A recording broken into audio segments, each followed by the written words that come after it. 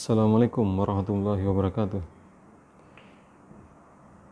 Allah Subhanahu wa Ta'ala menurunkan Al-Quran pada bulan Ramadan kepada baginda Rasulullah Muhammad SAW melalui malaikat Jibril.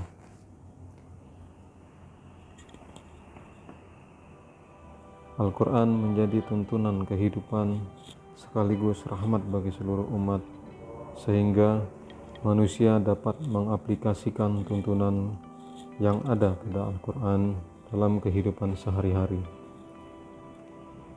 Sebelum kita bahas lebih lanjut, silahkan klik subscribe, tekan lonceng notifikasi, dan like-nya dulu ya, untuk mendukung channel ini agar terus mengabarkan informasi seputar Islam.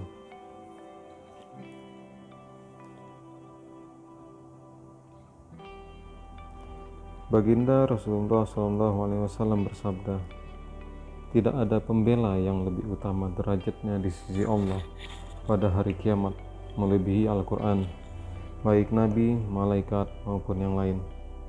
Hadis riwayat Abdul Malik bin Habib. Banyak riwayat yang menjelaskan bahwa Al-Quran adalah pemberi syafaat yang syafaatnya pasti dikabulkan oleh Allah Subhanahu wa Ta'ala. Dalam sebuah riwayat diceritakan bahwa ketika seseorang meninggal dunia, sementara di rumahnya orang-orang sibuk dengan kain kafan dan persiapan pengebumian, maka akan datang seseorang yang sangat tampan yang berdiri di sisi mayit. Ketika kain kafan mulai dikenakan, ia berada di antara dada dan kain kafan itu.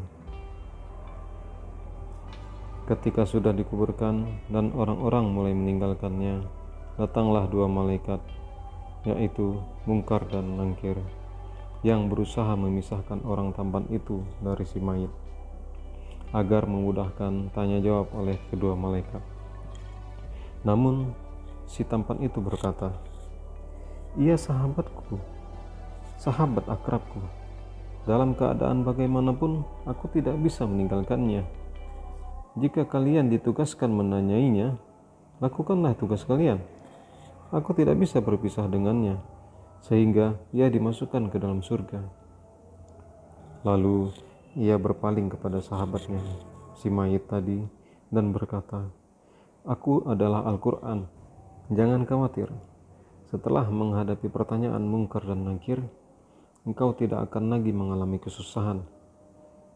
Setelah para malaikat itu selesai memberi pertanyaan, disediakan untuknya satu alas yang terbuat dari sutra yang penuh dengan kasturi yang berasal dari Malail A'la, tempat yang mulia.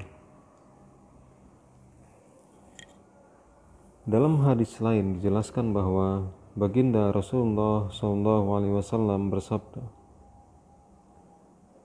puasa dan Al-Quran adalah pemberi syafaat kepada seorang hamba. Puasa akan berkata, "Wahai Rabbku, aku telah menghalanginya dari makan dan minum siang hari. Maka terimalah syafaatku untuknya." Dan Al-Quran pun berkata, "Wahai Rabbku, aku telah menghalanginya tidur di malam hari. Terimalah syafaatku untuknya." Maka kedua syafaat tersebut diterima. Sahabat yang dimuliakan Allah, betapa besar syafaat yang kita dapatkan jika kita membaca Al-Quran. Alangkah meruginya kita jika sebagai makhluk ciptaan Allah justru mengingkari nikmat yang sudah Allah berikan.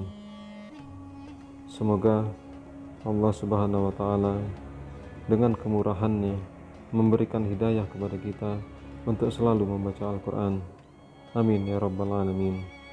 Assalamualaikum warahmatullahi wabarakatuh.